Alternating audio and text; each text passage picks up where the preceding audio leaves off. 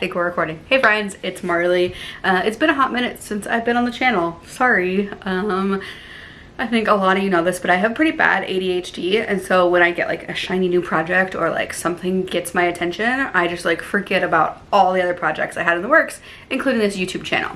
But I just finished with Unbound. I'm still recovering. It's Thursday, and I've taken a couple rides since then, nothing big, but I still just feel like real sleepy and like I haven't quite recovered yet. But let's get into it. Unbound 2023, I asked on my Instagram stories for questions about my day for a recap, and so that's what we're gonna do. We're just gonna go through some of these questions. Overall, the day went great. I finished in 15 hours, 39 minutes. I was expecting between around 14 hours if it was like a good day and good conditions. Conditions were pretty horrible, which we'll talk about, and I'm sure you've seen photos of.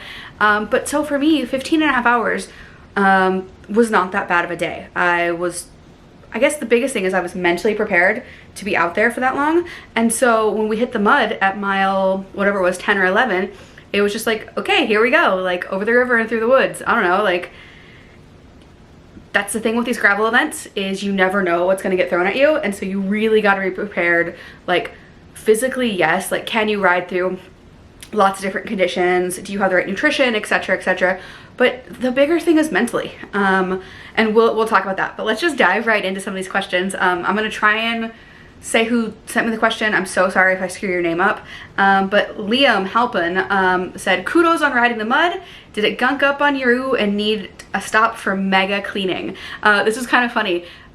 The word mega got used a lot in these questions. I don't know what the universe is on right now, but mega is apparently the word of the week. The mud was definitely a challenge. You might have seen the video. I'll try and throw it in right here. I'm really bad at editing. If anybody wants to edit my YouTube videos, let me know. But you've seen the video of me riding through the mud. And I was probably able to ride like 75% of that like 4 mile stretch, the first 4 mile stretch, and probably half of the second mile stretch towards the end. You know, it was all about, the mud was really sticky, really thick, pretty slippery in some spots. You know, I've heard it called peanut butter mud, but to me it felt more like the clay, you know, like the clay that you use in elementary school when you're like learning pottery. Just really thick, kind of sticks to everything, really, really dense and compacted. And so I was able to ride over it as long as it wasn't too sticky in most of the parts.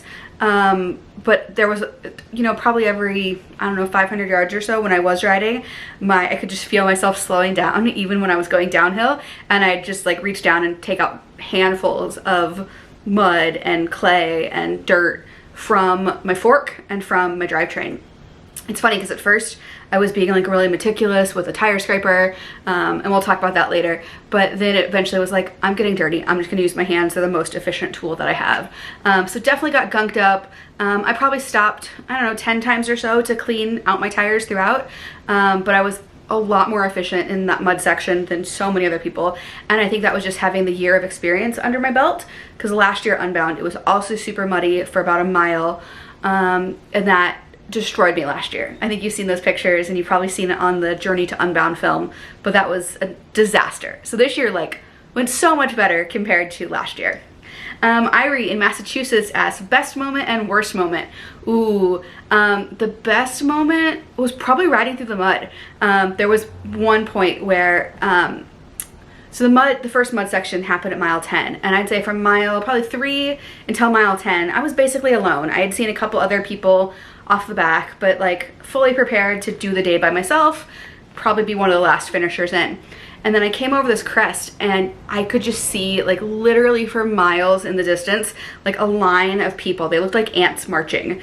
And I was like, oh, I guess I caught everybody. And so then I think the best part for me was just like not actually struggling that bad and passing so many folks, and like, you know, people were cheering for me and like, Marley, way to ride that thing. So that was probably my best moment. Second best moment, totally unexpected, was moonrise. It was a gorgeous, gorgeous, gorgeous full moon. I tried to take pictures, but taking pictures of the moon is stupid. You can't do it unless you know what you're doing. And then there were a ton of fireflies. It felt really, really magical. And I was at like mile probably 80 85 at that point. And so it really just kind of put like a sweet little cherry on the top of an epic day to have this like magical twilight happening around me. Worst moment was definitely the thunderstorm. We were on top of a ridge. Seems like that's where the thunderstorms always hit. And I literally didn't think we were safe. And so there was a ditch on the side of the road. There was like rivers running on the side, but there was a ditch. And I saw a guy in there and I was like, oh, that's actually really smart. Because the wind was blowing like 50 miles an hour just sideways. And so the rain was stinging and it was hailing and I was like, this hurts, I'm miserable. I gotta figure something out. And there were no buildings around for miles. Or at least that's what it felt like. And so I saw this guy in the ditch. I was like, hey, can I take cover with you? And he was having a rough day. And he was like, I wish you wouldn't.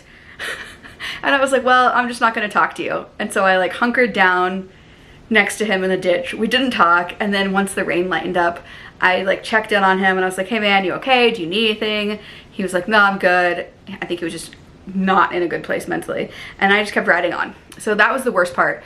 But it's one of those things where it's like, you know that the wind is, whatever situation you're in at the moment is gonna change. You know, whether it's 10 minutes or an hour, the weather's gonna change, your mood's gonna change, where you're on the course is gonna change. You just gotta get through it. Less fast, more fun asked, how did you feel? Highs and lows. So similar to Irie's question, throughout most of the day, I felt pretty darn strong. There were a couple moments where it got really hot, a couple moments when it got cold, and I was like, am I gonna get hypothermia on this day when I was like literally just thinking about how hot it was? But overall, I felt strong. There was never really any question in my mind that I would finish. Less fast, more fun also asked, best thing you carried with you. Oh, best thing you carried with you. Yeah. Thing you could have left behind, anything you forgot. So the best thing I carried with me was, it's a hard one. I'd say my hydration was on point. It was a really hot day. And so I had my Apadura backpack, and I had 2 liters of water in there. And then I had 2 bottles, with one was Scratch super high carb mix and one was Scratch just regular hydration mix. And I had refills for both of those on my person. So I'd say, you know, my hydration was probably the most dialed in part. Either that or the paint scraper. So I mentioned that I didn't use it a lot, but when I did use it, it was like, I gotta find it to show you guys. But it was like this beautiful carved kind of wooden spoon that was carved perfectly to like get the bead of my tire. And so that was super, super efficient, and really grateful to whoever gave that to me. I apologize, I don't remember who it was. A thing that I could have left behind. I thankfully didn't need to use my pump or any of my repair tools. I gave Rach McBride, who ended up winning the 200-mile non-binary championship, I ended up giving them one of my CO2 cartridges. But overall, I think I was pretty darn dialed in, and no real excesses. And then anything I forgot, yeah, I forgot my gloves, and I don't really know how that happened. So I rode 100 miles with no gloves. You can kind of, no, they're healed. Everything's fine. And I often will ride without gloves, so it wasn't that big of a deal. Sibs55 asked, how much fun did you have? I'm afraid to do Unbound. Well, I think it's technically considered type 2 fun, even though I was definitely having a lot of fun during the day. You know, I'd say if you're up for a challenge, mentally, physically, if you've never ridden in Kansas, it is absolutely beautiful. It's a spectacle of a weekend. It's really like the Super Bowl. I'm gonna drink some tea because I'm a tea girl now. Ooh, ooh, ooh, ooh, cold.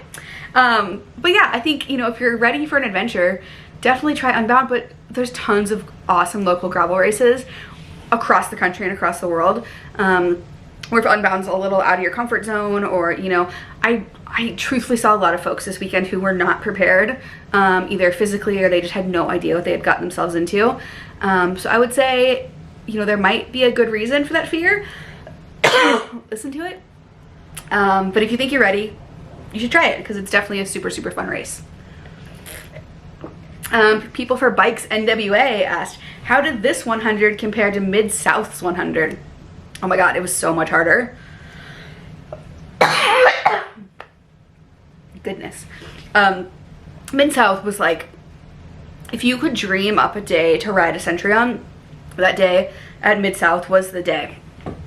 You know, it was perfect weather, sunny skies, perfect conditions. It was, I'm never gonna say 100 miles is an easy thing to do, but it was a lot easier than this one. I would even say that like last year's 100 for me at Unbound was harder than this year's 100. I think because of that mental battle. Last year I had never done 100 miles. Since then I've done 5, which I guess I like them. I don't know, that's kind of fun. But yeah, it was just different, but super, super fun. And you would think, you know, riding in Kansas and Oklahoma would be similar, but the geography is super different. And both uniquely beautiful places. Jordan Hines asked, did you see the fluffy white dog? They also asked, they said they regretted not stopping. I did not see the fluffy white dog. I heard about it from multiple people. Apparently it was this great Pyrenees that was super friendly. I did not see the fluffy white dog. I didn't actually see any dogs on this race, which was weird because normally riding around Northwest Arkansas you see a ton of dogs. Eli said, top tips to tackle the mega mud situation. I told you they said mega came a couple times. Be patient, eat. Remember to eat. Like the mud section probably took most folks like an hour or 2 to walk through, and I think people got really frustrated and forgot that they were still working hard, and I could just see people and hear people all around me bonking. And I mean, yes, it was hard, but there's like a certain absurdity to the situation that you gotta laugh. You know, you signed up for this. It's this crazy thing in the middle of Kansas. You're literally stomping through cow poop and like trying to drag your bicycle. It's a ridiculous situation, and it's a privilege to have found yourself in that situation. So I think just keeping perspective on it is really big. I made the choice this year to wear flat shoes and flat pedals, anticipating the mud. Last year I was in SPDs, I was in cleats, and I had a really hard time afterwards because that mud is like clay. When it dries up, it's really hard to get your cleats, get access to those. And so yeah, I think just being patient and finding your rhythm, you know, whether it's walk a bit, eat, drink, walk a bit, eat, drink, laugh, just taking it all in stride, because eventually the road is going to dry out, the conditions are going to change, you're gonna get through it. Caroline Manny, who's one of my teammates with Twisted Spoke, they're one of our sponsors, said a broken tooth. I don't know what she was trying to say. We're gonna blame it on her being French. I did not break any teeth. I hope nobody else broke any teeth. Yeah, I don't know what that's about. Roxy is a dog asked, it reads like there's a time cutoff for less than 10-mile-an-hour average, so I've never tried to get into the race. Is that not true? This is a really good point. If y'all remember last year, I was really stressing about making it to the checkpoint in time to not get pulled off the race. This year, I don't know what happened, if they like heard my pleas to the universe, but they took away that time cutoff for the 100-milers. For the 200-milers, there is still a time cutoff, but for the 100-milers, there is no longer a time cutoff. You basically have until the rest of the pack to finish, which I believe is like 3 a.m. on Sunday night. So if you know that you're gonna be slow, bring lights, be ready to be self-sufficient, and so that way they don't have to regret not having that time cutoff. I think that time cutoff was there for our safety, and I think it's up to us as the slower folks who know we're gonna be out there for a long time to prove that they don't need to give us an arbitrary time cutoff. Amy Wilson, who I used to work at a summer camp with, said, how were you riding through all that mud when all those other folks were walking? Practice. I have done a lot of cyclocross in the Pacific Northwest, which is notoriously muddy and slippery, and you just gotta kind of throw your instincts out the window and ride your bike. That's really all there is to it. Just practice and remember that momentum is your friend. Kelly Reef, one of my friends from Seattle, said, was the weather as bad as I saw? How did you power through the mud? Is it worth it? The weather was just as bad as you saw. Literally 50 to 60 mile-an-hour gusts, hail, wind, super hot. We had it all. It was bad. it's a really scary thing, because when you're out there, you know, you're not checking your phone for severe weather alerts. In fact, I think most folks I know ride with their phone on do not disturb. So if there was like a tornado warning or something, I don't know that we would know about it, or know what to do. You know, I took cover in that ditch. I've seen videos of folks taking shelter in a barn, but in the Rider's Bible, there is a small section on severe weather, and I would just recommend, you know, if you're coming out to the Midwest or somewhere where there could be severe weather, educate yourself on what to do in case of severe weather. I already talked about the mud. Is it worth it? I think you have to decide that for yourself. You know, I'm in a unique position that I'm sponsored by wonderful companies, Cannondale, Shimano, Laser, Pearl Zumi, and so you know, if I go to a race like this and I destroy my drivetrain, or I break some spokes, or, you know, in some other way damage my bike due to the conditions, I can get those things replaced at a much lower cost than the average rider can who's paying out of pocket. So for me, yes, it's worth it. It's an important race for me to be at, to make connections at, to talk to my sponsors, to be visible. For other folks, I don't know. I can't say that for you, but I've gone back 3 years in a row. I love the community. I love the vibes. I love the friends that I've made. So for me, it is worth it. And it's especially easier now that I get to drive there instead of flying. All right, just a couple more, and then I think this has been a pretty good video. I don't know, I'm enjoying it. Sport Lori, any last minute changes to your bike for the weather, or just ride what you brought? I just rode what I brought. Oh, I meant to tell you guys. So I was on the Cannondale Topstone. Here's a picture of it. And the tires were brand new. I had been running the same set of tires for about the past year, and they were phenomenal. I totally would have replaced it with the same thing, but the shop didn't have any. So this time I was on the Vittoria Terreno dry tires in a 700 by 38, I believe. They were smaller. Last year I was on 700 by 43s, and they were fine. I'm excited to ride them more in different conditions and see how they hold up. But I rode them at about 55 PSI, which is high for a lot of folks, but again, I weigh more than a lot of folks, and I was very happy with my tire pressure. Okay, a couple more. Oh, and I didn't change anything for my bike last minute for the weather, besides grabbing that paint stick. Because it's coming and you're either ready or you're not. Lori also asked, let's hear about your tire choice and bike setup.